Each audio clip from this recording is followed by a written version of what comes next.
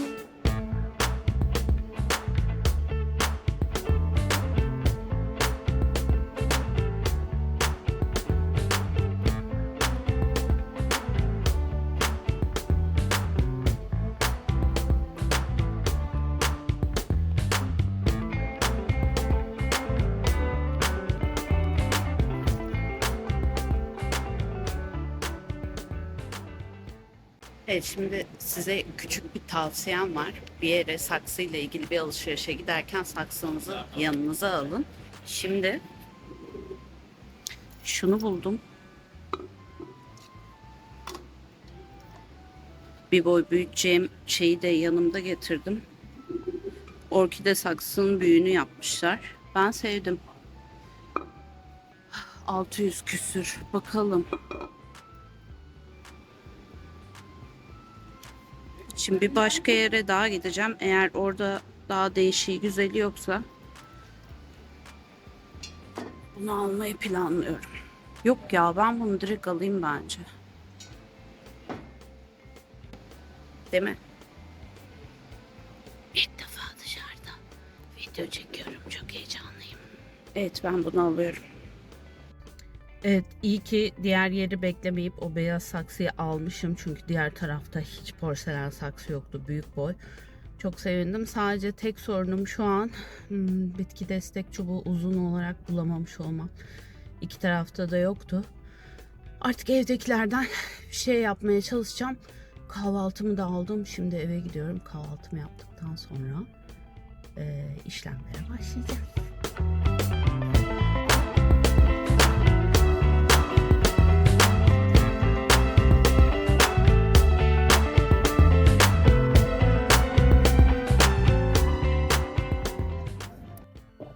Ya çok mutluyum ben. Hoppa. Evet, bence güzel seçim oldu. Bu arada 2 tane de minnoş bitki aldım. Çünkü minik minik teraryumlar yapmaya başlayacağım. O yüzden bir tane fitonya aldım. Bir tane de şunun tatlılığına bakın. Neydi bu? Hedira'nın, değil mi? Bakayım. Hedera. O kadar. Yani orman sarmaşığının minik bir formu. Evet anneciğim. Çok güzel teraryumlar yapacağım. Şimdi geldim eve. Önce dediğim gibi bir kahvaltı. Karnımı doyurayım. Mia bitkileri tanısın bu arada. Sonrasında şöyle askerlik pozu vereyim. Son şey olarak. Sonrasında bu arkadaşı uzatacağız. Hazırsanız malzemeleri getiriyorum.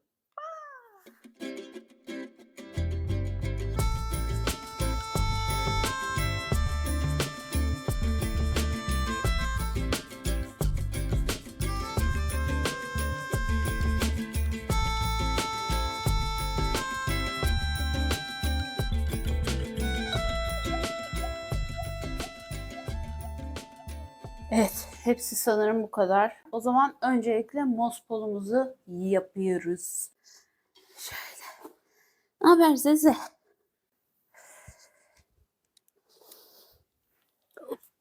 Evet, mospol yapımını önceden sizlere bir sürü kez, birçok kez anlattım. Ya niye yamuksunuz siz?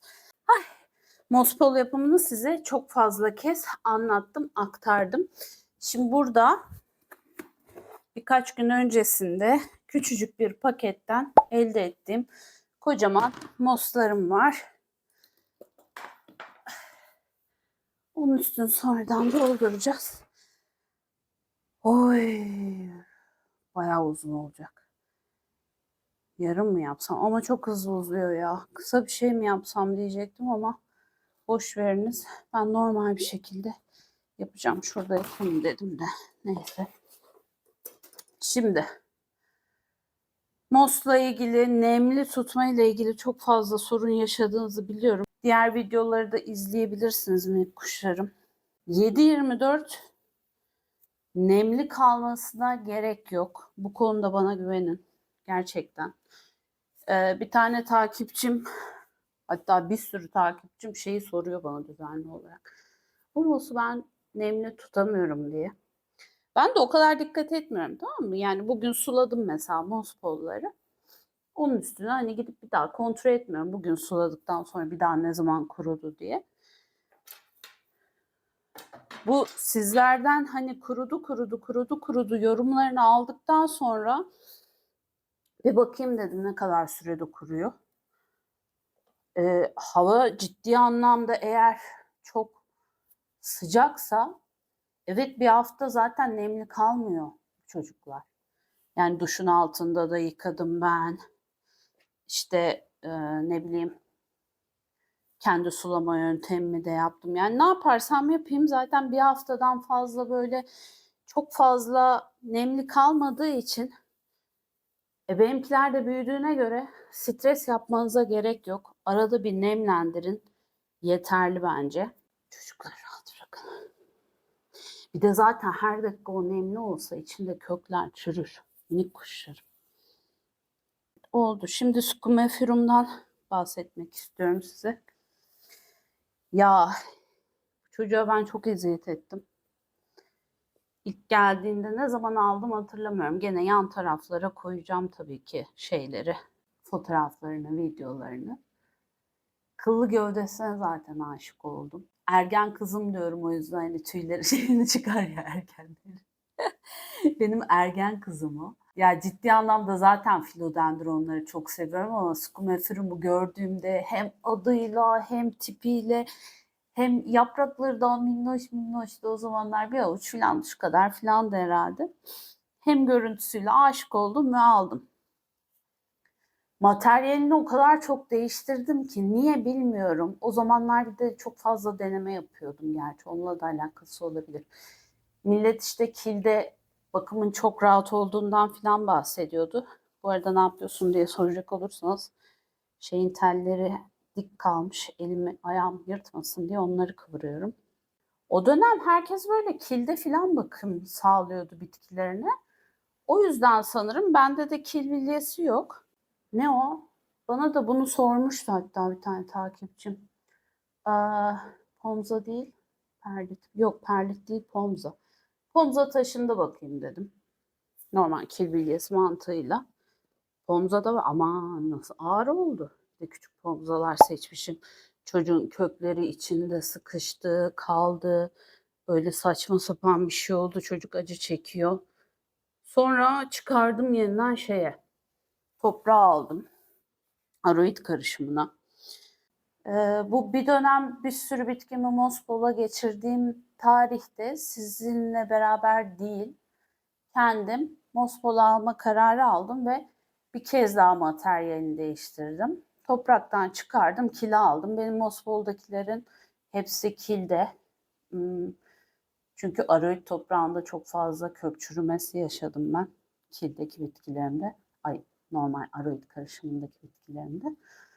O yüzden hepsini kilo aldım. Çok rahatım. Ben de zaten bu Avustralya'dan gelen sıvı besin var. Onu kullanıyorum. O bittiğinde sizlere arada sırada tavsiye ettiğim besinler var. Ya da bulduğunuz bana söylediğiniz besinler var. Onları deneyeceğim. Deneme şansım olacak. Besini de o şekilde veriyorum. Çocuk gayet mutlu. Şimdi şunu açık açık Scumiferum özelinde söyleyebilirim ki mosa aldıktan sonra ciddi anlamda aşırı şekilde coştu. Şu çok garip. Ben bu bitkilerin yerini değiştirmiyorum. Özellikle Mospol'dakilerin zaten koyabileceğim yer yok ve yavaş yavaş bu yaprak aralarındaki nodül kısmı da kısalmaya başladı. Bu ışıkla alakalıdır. Aklınızda olsun. Zaten bilen biliyordur. Gene hatırlatma yapayım. Misal bir sarmaşığınız var. Ya da çok yaşarsınız bunu. Monkey mask. Monstera monkey mask'iniz var. Araları 2 yaprak arası şu kadar ya da şu kadar. Anlayın ki bitkiniz az ışık alıyor. Bitki iyi ışık alıyorsa yaprak çıkarma aralığı azalacaktır. Oradan anlayabilirsiniz. Evet, şu an zipliyorum 2 mos arasını. Mos tellerini birbirine geçiriyorum. Evet, bu çocuğu aldığımdan beri çok iyi ışık alan bir yerde tutmadım. Şimdi mostaki hikayesiyle topraktaki mos öncesi hikayesi farklı. Siz aldığınızda da büyük ihtimalle zaten toprakta alacaksınız. Hemen mosa geçireyim mi? Geçirebilirsiniz de. Ama hani mosta bakın bilmiyorsanız şeyde de normal toprakta da bence devam edebilirsiniz ama şimdi çoğu mosa aldığım arkadaşın yaprağı büyümesi, işte mosun onlara olan etkisini bu kadar bariz bir şekilde görmedim ben. Ama bunda ciddi anlamda çok iyi bir şekilde gördüm. O yüzden hani imkanınız varsa mosa alın. Mospolu kendiniz de yapabilirsiniz tabii ki. Bunları ben gördüğünüz gibi işte kendim yapıyorum. Oynatma listesine de bakabilirsiniz aklınızdaki soru işaretleri için. Gene ben burada da anlatıyorum da. Şöyle düşünün, bir bitkiniz iyi büyümüyorsa sadece mosu, toprağı, nemi vesaire değil, ilk aklınıza gelmesi gereken ve düşünmeniz gereken ilk şey ışığı yeterli bir şekilde alıyor mu? Bu çocuk işte toprak materyalinin içindeyken yanlış hatırlamıyorsam şurada yatay bir rafım vardı. Onun en sağ tarafında yaşıyordu kendisi. Çok fazla ışık alan bir yer değil. Çünkü o taraf sabah ışığı, sabah güneşi alıyor. Sabah gündüz vakti, öğlene kadar falan çok aydınlık oluyor. Öğleden sonra oranın ışığı nispeten azalıyor. Asıl bu taraf daha aydınlık. Normalde bu arada Scumiferum'a burada bakmıyorum. Öne devrildiği için şu an masanın ayağına bağlı bir şekilde. Çünkü tutamadım yani. En sonunda bağladım. Bir de bugün işlem falan yapacağım ya. İkinci bir kişi olmadığı için evde yardımcı olarak masayı seçtim kendime. 3 gündür çocuk burada bu işlemlerin yapılmasını bekliyor masaya bağlı. Evet, bitkileriniz büyümeyle ilgili bir sıkıntı yaşıyorsa lütfen her şeyden önce bitkinin iyi ışık alıp almadığından emin olun. Hepimizin evinde tabii ki çok iyi ışık yok. Onu da biliyorum. O zaman minik kuşlarım, büyüme lambaları alacaksınız. Büyüme lambalarıyla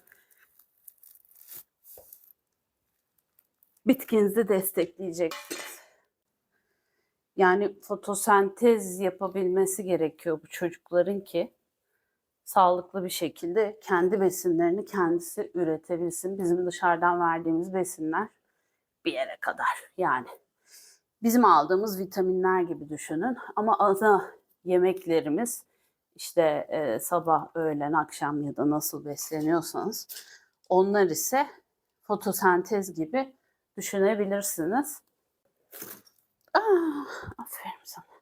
Şimdi bu çocuk Mospol'da ve yerde duruyor. Şimdi yükseltirken benim aklımdaki en büyük soru işareti, bu Mospol'un tepesine çıktığı zaman ben ışığı nasıl ayarlayacağım? Bitki mutlu olacak mı? Onu da hiçbir şekilde bilmiyorum ne yazık ki. Deneyimleyeceğim. Sizinle beraber deneyimliyor olmak çok güzel ama bunları gerçekten ya. Bir sürü ilk defa denediğim şeyi sizlerle beraber burada yapıyorum. Sizler de bunu görüyorsunuz. Kötü ya da iyi sonuçlarını. Sonuçta burada yaptığım şeylerin bir kısmının sonuçlarını Instagram'da falan paylaşsam da iyi ya da kötü sonuçlarını bir şekilde gözlemleme şansı elde ediyorsunuz. Siz uğraşacağınıza ben uğraşıyorum. Bu da bence güzel bir şey, bilmiyorum. Ya sizin için güzeldir, benim için de güzel. Çünkü ben cidden bir şeyler öğretmeyi çok sevdiğim için sorun olmuyor yani.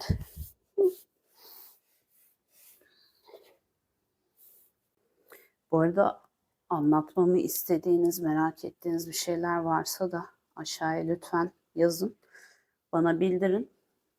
Zevkle o konuları da bir şekilde biliyorsam anlatırım, bilmiyorsam araştırmasını yapıp anlatırım. Dediğim gibi sizlerle beraber minnoş jungle büyüyor. Tek başıma, siz olmadan hiçbir işe yaramam sonuçta. Ben bu telleri kesme kısmı çok zor. O yüzden telleri önceden kesmiştim. Şu an o açıdan çok rahatım. Elim acıyor, bir de bu metal tel olduğu için. Kümes teli bildiğiniz. Bana aldığım malzemenin ne kadar mosu doldurduğunu soranlar da oluyor. En azından görme şansınız oluyor. Bir paketi açmıştım. Bu kadar mos geriye kaldı.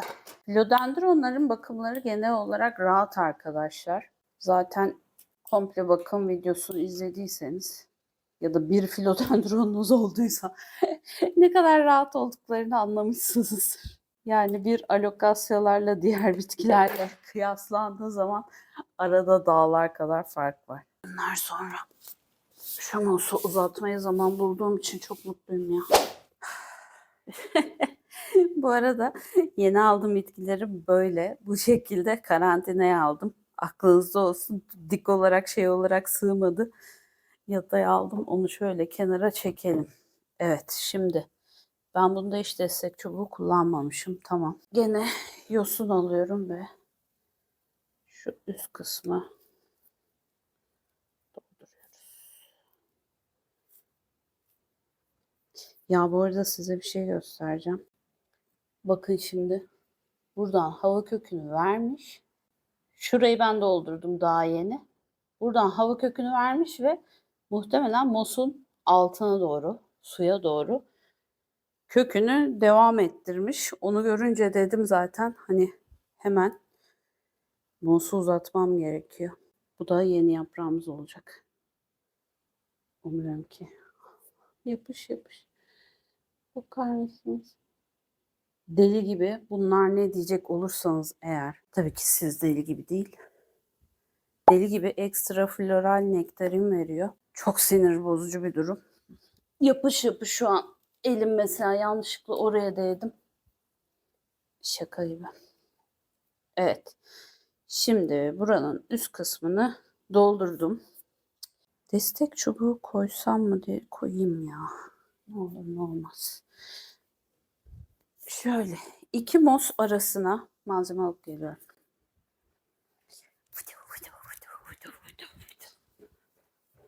İki mosun arasına daha sağlam tutunsun diye şundan tutturacağım. Şunu bir şuraya, şununla tutturalım.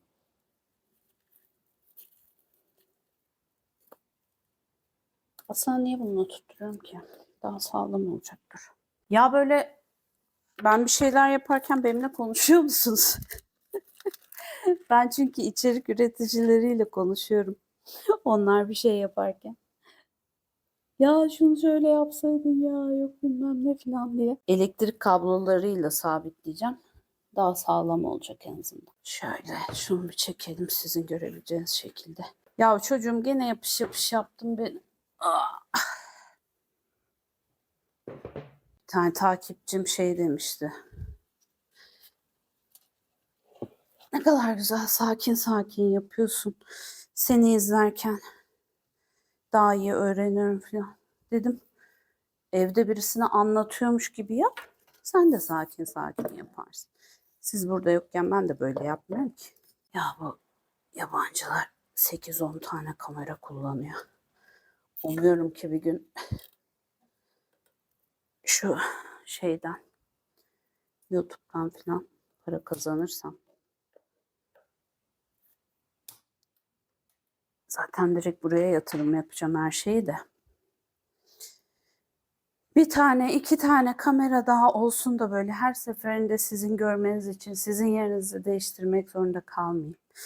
Ne güzel olurdu değil mi minik kuşlarım? Evet. Şimdi. Derep, derep, dere, dere, dere, dere. Dere, dere, dere, dere. Önce şuna bence sabitleme yapayım. Şimdi hep aynı kalınlıkta mosför yaptığım için birebir denk geliyor. O yüzden sorun da yaşamıyorum. Ya dışarıdan alıyorsanız her Mospol videosunda bunu söylüyorum. Lütfen dikkat edin. Bu mosların içerisine deli gibi tahta koyuyorlar. Azıcık muz koyuyorlar. Ve sizin o minnoş kökleriniz o tahtalara çarpıyor ve sonrasında bu Mospol işe yaramıyor diyorsunuz. Zaten ortasında tahta olursa Mospol'u nemli tutmak da dert. O yüzden sizden ricam karşı tarafa sorun. İçerisinde tahta mahta var mı diye. Gözüküyor mu bilmiyorum. Bildiğiniz, güvendiğiniz yerlerden alın. Evet, şimdi Mospol'u oraya yaptım. Benim bağlantı noktam neresi ya? Bakayım. Bir de iki tane alttaki ve üstteki mosu yani telleri birbirine tutturacağım. Ve böylece uzatma işlemini tamamlamış olacağız. Şimdi sulamayı da bana çok fazla soruyorsunuz. Demin konuya girdim de yarım kaldı. Önce bunun dışını bir güzel fıs fıs yapıyorum. Yani dışarıyı nemlendiriyorum. Bu aslında canlı bir bitki gibi düşünebilirsiniz ve hidrofobiktir. Suyu iter, çekmez. İşte bu yüzden siz yukarıdan böyle kupkuru bir mosa su verirseniz sağdan, soldan, buralardan, deliklerden fışkıra fışkıra çıkmaya başlar. Bundan kaynaklı yukarıdan su şişesiyle su vermeden önce lütfen fıs fısla yani bir sprey yardımıyla dış hattını mosun ıslatın ve ondan sonra kapağında delik bulunan bir pet şişeyle de yukarıya takacaksınız. Fışır fışır su aşağıya doğru akacak oradan. Dış kısım ıslak olduğu için de su dışarıya akmayacak, mosun iç kısımlarına girecek böylece. Bir de siz mosa bakıyorsunuz, kuru diyorsunuz, belki içi ıslak, onu da bilemezsiniz. Şöyle bir sıkın. Hışırtı yok. Bir de alt tarafı bak şimdi dinleteceğim size.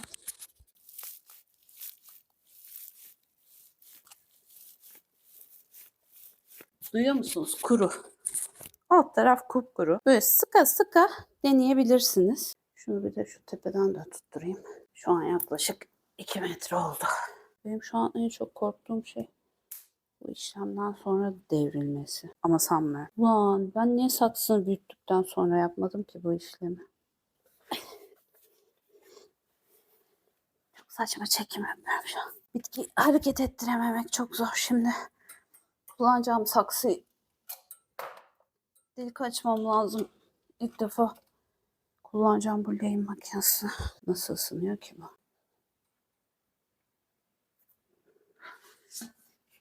Bunu hiç mekanda yapmayın diyorlar ama ben nefesimi tutacağım. Tutmuyor.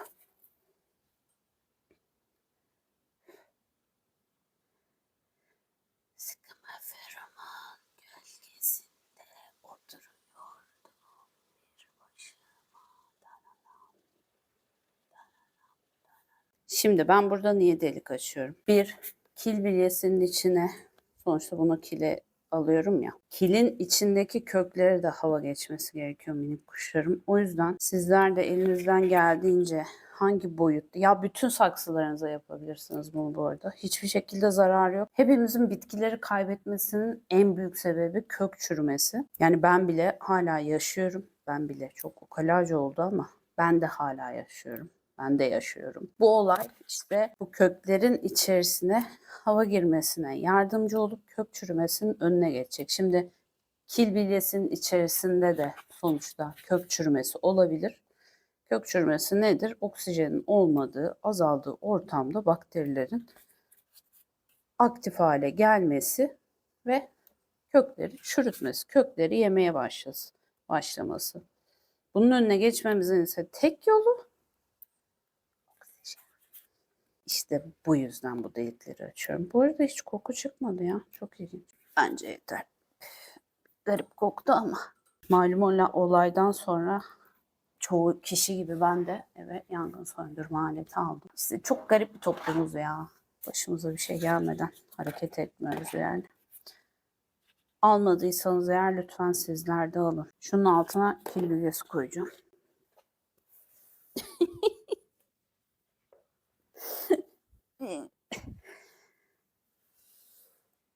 Sığdım. Umarım görüyorsunuz. Şöyle yapalım size. Kil bilyesini suda bekletmeniz gerekiyor minik kuşlarım. En azından 24 saat. Benim bu kabımın içerisinde her daim su ve kil bilyesi var. Evet, Leğencim gel bakalım. Şimdi altına tabii ki kil bilyesi koyacağız. Normal topraktaki gibi. Düşünün.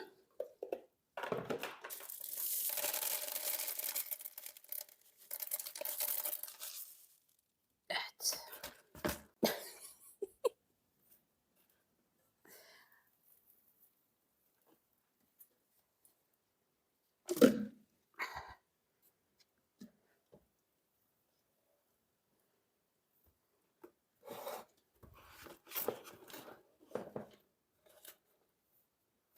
Böyle koyayım. Lütfen devrilme.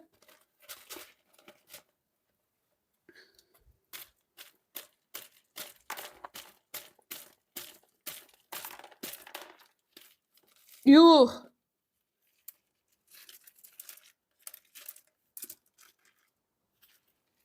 Nasıl ya? Şaka yapıyorsun. Çıkmıyor.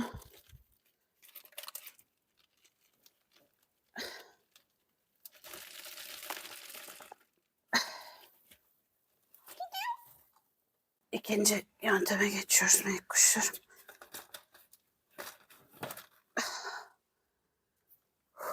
Bana şu an akıl veriyor musunuz? Keşke sizi duyuyor olsam. Ne hissediyorsunuz şu an beni izlerken bilmiyorum ama.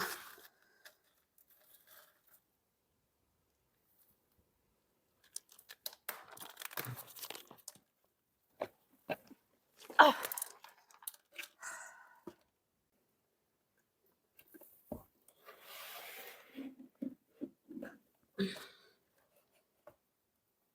Evet.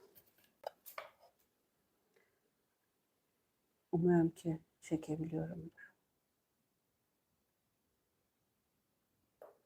Çıkmaması normalmiş.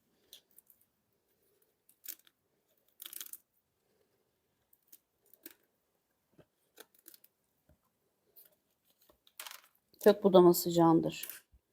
Bunu yapmaktan çekinmeyin. Yani şu an zaten başka çarem yok.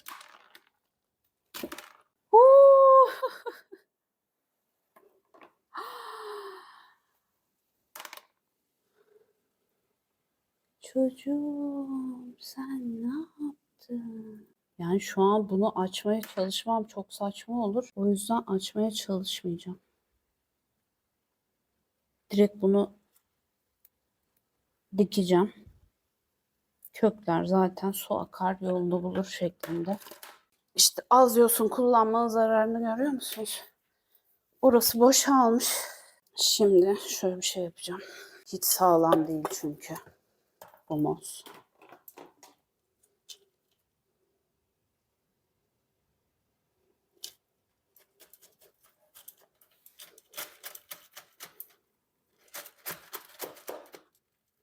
Yani gecenin birinde kafama devrilmesini istemiyorum.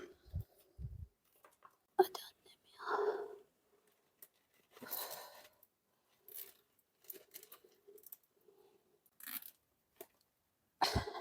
Umarım ki bu videoları başından sonuna kadar izliyorsunuzdur. Bazıları hızlandırıp izliyor. Onu da biliyorum. O kadar zarar veriyor ki bana. Ama ne diyeyim şimdi? Hızlandırma mı diyeyim size? Bazı şeyleri bilince sayfalara ayıp olmasın diye. Ben hiçbir zaman hızlandırarak bir videoyu izlemedim de. Sadece emojili yorumun mesela işe yaramadığını öğrendikten sonra ya da yorumun, abone olmanın, beğenmenin ne kadar önemli olduğunu öğrendikten sonra tabii ki benim takip ettiğim sayfalar da var. Onlara karşı daha böyle kırmama odaklı, faydalı olma odaklı hareket ediyorum. Mola versem diyeceğim ama bir daha başlamayacağımdan korkuyorum o yüzden. Mola veremem. Ya ben bu bitkileri bazen duşa götürüp sulama yapıyordum. Sanırım artık bunu duşa götüremeyeceğim. Evet şimdi bence alta fazla kil koydum.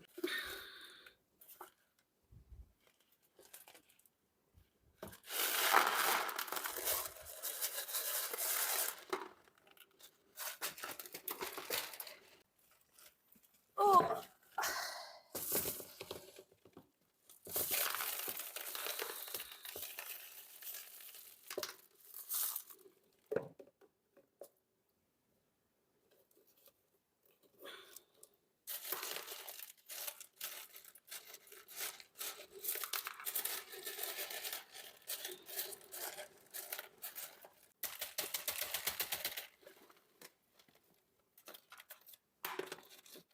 Küçükler aralara girin. Hadi bakayım. Duracak mı düz bir şekilde çok merak ediyorum.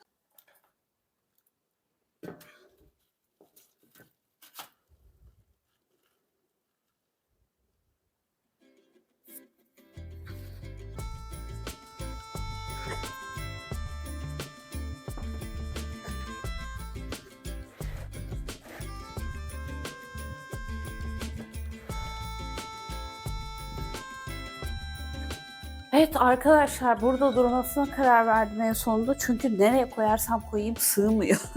Aklınızda olsun siz de böyle bir mossball büyütecekseniz, uzatacaksanız önce yer sorununu çözün. Ama bence güzel durdu. Bakalım bitki nasıl bir tepki verecek. Işığa doğru yönelmesi yani umuyorum ki çok fazla yamulma olmayacak. Mutlu olacağına inanıyorum. İzlediğiniz için çok teşekkür ederim. Birazcık uzun bir video oldu ama olsun, faydası bol olsun diyorum hepimize. Biliyorum ki benim minnoş takipçilerim aşağıya bir yorum bırakmayı yazıyla ve Bitki Bakan arkadaşlarına beni tavsiye etmeyi, abone olmayı, işte videoyu beğenmeyi vesaire öyle önemli noktaları, benim için önemli olan noktaları atlamayacaklardır diye düşünüyorum. Kendinize çok iyi bakın. Bir sonraki hafta görüşünceye kadar bay bay.